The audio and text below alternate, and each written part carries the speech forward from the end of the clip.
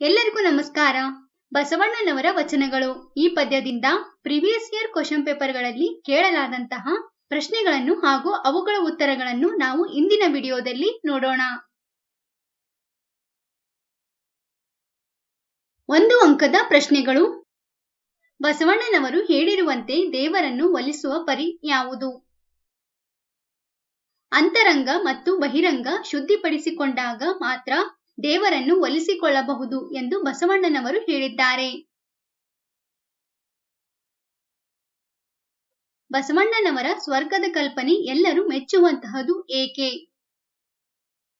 ಬಸವಣ್ಣನವರು ಆಚಾರವೇ ಸ್ವರ್ಗ ಎಂದು ಹೇಳಿರುವುದನ್ನು ಎಲ್ಲರೂ ಮೆಚ್ಚಬಹುದಾಗಿದೆ. ಬಸವಣ್ಣನವರ ಪ್ರಕಾರ ದೇವಲೋಕ ಯಾವುದು? ಸತ್ಯವನ್ನು ನುಡಿಯುವುದೇ ಬಸವಣ್ಣನವರ ಪ್ರಕಾರ ದೇವಲೋಕವಾಗಿದೆ. ಬಸವಣ್ಣನವರ ಪ್ರಕಾರ ಮರ್ತ್ಯಲೋಕ ಯಾವುದು? ಮಿಥ್ಯವ ನುಡಿಯುವುದೇ ಬಸವಣ್ಣನವರ ಪ್ರಕಾರ ಮರ್ತ್ಯಲೋಕವಾಗಿದೆ. ಬಸವಣ್ಣನವರ ಪ್ರಕಾರ ಸ್ವರ್ಗ ಯಾವುದು? ಬಸವಣ್ಣನವರ ಪ್ರಕಾರ ಆಚಾರವೇ ಸ್ವರ್ಗವಾಗಿದೆ. 2021ರ ಪ್ರಶ್ನೆ ಪತ್ರಿಕೆಗಳಲ್ಲಿ ಕೇಳಲಾದಂತಹ ಬಹು ಆಯ್ಕೆ ಪ್ರಶ್ನೆಗಳು. ಬಸವಣ್ಣನವರ ವಚನಗಳಲ್ಲಿ ಹೇಳಿರುವಂತೆ ಮಿಥ್ಯವ ನುಡಿಯುವುದೇ? ಬಸವಣ್ಣನವರ ವಚನಗಳಲ್ಲಿ ಹೇಳಿರುವಂತೆ ಮಿಥ್ಯವ ನುಡಿಯುವುದೇ ಮರ್ತ್ಯಲೋಕವಾಗಿದೆ. ಆಯ್ಕೆ ಬಿ ಮರ್ತ್ಯಲೋಕ ಎಂಬುದು ಸರಿ ಉತ್ತರ. ಬಸವಣ್ಣನವರ ಪ್ರಕಾರ ಕೂಡಲ ಸಂಗಮದೇವನನ್ನು ಒಲಿಸುವ ಪರಿ.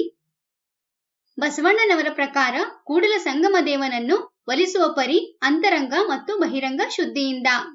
ಹಾಗಾಗಿ ಆಯ್ಕೆ ಎ ಅಂತರಂಗ ಮತ್ತು ಬಹಿರಂಗ ಶುದ್ಧಿಯಿಂದ ಎಂಬುದು ಸರಿ ಉತ್ತರ.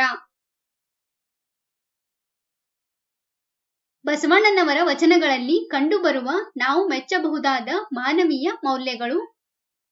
ಆಚಾರ, ಸತ್ಯ, ಅಹಿಂಸೆಯ ಗುಣವನ್ನು ಎತ್ತಿ ಹಿಡಿದಿರುವುದು ಬಸವಣ್ಣನವರ ವಚನಗಳಲ್ಲಿ ಕಂಡುಬರುವ ನಾವು ಮೆಚ್ಚಬಹುದಾದ ಮಾನವೀಯ ಮೌಲ್ಯಗಳಾಗಿವೆ.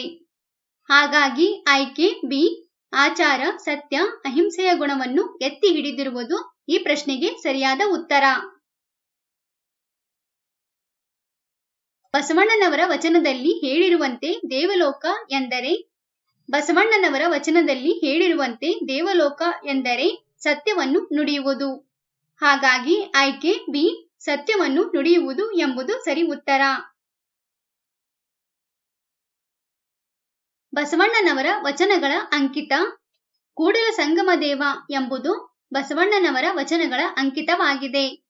ಆಯ್ಕೆ ಸಿ ಕೂಡಲ ಸಂಗಮದೇವ ಎಂಬುದು ಸರಿ ಉತ್ತರ. 3 ಅಂಕದ ಪ್ರಶ್ನೆಗಳು. ಬಸವಣ್ಣನವರ ವಚನಗಳಲ್ಲಿ ಕಂಡುಬರುವ ಮಾನವೀಯ ಮೌಲ್ಯಗಳನ್ನು ನಿಮ್ಮ ಮಾತುಗಳಲ್ಲಿ ಬರೆಯಿರಿ. ಬಸವಣ್ಣನವರು ರಚಿಸಿದ ವಚನ ಸಾಹಿತ್ಯ ಸಮಾಜದ ಕನ್ನಡಿಯಾಗಿದೆ. ಮಾನವನು ಕಳ್ಳತನ ಮಾಡದೆ, ಹಿಂಸೆ ಮಾಡದೆ, ಸುಳ್ಳು ಹೇಳದೆ, ಕೋಪಿಸಿಕೊಳ್ಳದೆ, ಅನ್ಯರನ್ನು ಕಂಡು ಅಸಹ್ಯ ಪಡದೆ, ತನ್ನನ್ನು ತಾನು ಹೊಗಳಿಕೊಳ್ಳದೆ, ಬೇರೆಯವರನ್ನು ಹೀಯಾಳಿಸದೆ, ಪರಸ್ಪರ ಸ್ನೇಹ, ಪ್ರೀತಿ, ಮಮತೆ, ಸಹಕಾರ ಸಂಬಂಧಗಳಿಂದ ಬಾಳಬೇಕು. ಮಾನವಲೋಕ, ದೇವಲೋಕ ಎಂಬುದು ಎಲ್ಲೂ ಇಲ್ಲ. ಒಳ್ಳೆಯ ನಡವಳಿಕೆ ಹೊಂದಿದ್ದರೆ ಅದೇ ಸ್ವರ್ಗ, ಕೆಟ್ಟ ನಡವಳಿಕೆ ಹೊಂದಿದ್ದರೆ ಅದನ್ನು ನರಕ ಎಂಬ ಕಲ್ಪನೆಯನ್ನು ತಿಳಿಸಿದ್ದಾರೆ. ಹೀಗೆ ಮಾನವೀಯ ಮೌಲ್ಯಗಳನ್ನು ಬೆಳೆಸಿಕೊಂಡಾಗ ಮನುಷ್ಯರು ಪರಿಶುದ್ಧರಾಗಿ ದೇವಕೃಪೆಗೆ ಪಾತ್ರರಾಗುತ್ತಾರೆ ಎಂದು ಬಸವಣ್ಣನವರ ವಚನಗಳಲ್ಲಿ ತಿಳಿಸಲಾಗಿದೆ. ಅಂತರಂಗ ಮತ್ತು ಬಹಿರಂಗವನ್ನು ಶುದ್ಧಿಯಾಗಿಡುವ ವಿಧಾನಗಳು ಬಸವಣ್ಣನವರ ವಚನದಲ್ಲಿ ಹೇಗೆ ವ್ಯಕ್ತವಾಗಿವೆ? ಬಸವಣ್ಣನವರ ವಚನಗಳಲ್ಲಿ ಅಂತರಂಗ ಮತ್ತು ಬಹಿರಂಗವನ್ನು ಶುದ್ಧಿಯಾಗಿಡುವ ವಿಧಾನಗಳು: ಕಳ್ಳತನ ಮಾಡಬಾರದು, ಪ್ರಾಣಿಗಳನ್ನು ಹಿಂಸಿಸಬಾರದು ಹಾಗೂ ಕೊಲ್ಲಬಾರದು, ಸುಳ್ಳನ್ನು ನುಡಿಯಬಾರದು, ಕೋಪಗೊಳ್ಳಬಾರದು, ಅನ್ಯರನ್ನು ಕಂಡು ಹೇಸಿಗೆ ಪಡಬಾರದು, ತನ್ನನ್ನು ತಾನು ಹೊಗಳಿಕೊಳ್ಳಬಾರದು ಹಾಗೂ ಇತರರನ್ನು ಎದುರಿಗೆ ದೂಷಿಸಬಾರದು. ಸಂದರ್ಭವನ್ನು ಸ್ವಾರಸ್ಯದೊಂದಿಗೆ ಬರೆಯಿರಿ. ಇದು 3 ಅಂಕದ ಪ್ರಶ್ನೆ. ತನ್ನ ಬಣ್ಣಿಸಬೇಡ. ಈ ಸಾಲನ್ನು ಡಾಕ್ಟರ್ ಎಂ.ಎಂ. ಕಲಬುರ್ಗಿಯವರು ಸಂಪಾದಿಸಿದ ಬಸವಣ್ಣನ ವಚನಗಳು ಕೃತಿಯಿಂದ ಆಯ್ದ ಬಸವಣ್ಣನವರ ವಚನಗಳು ಪದ್ಯದಿಂದ ಆರಿಸಲಾಗಿದೆ.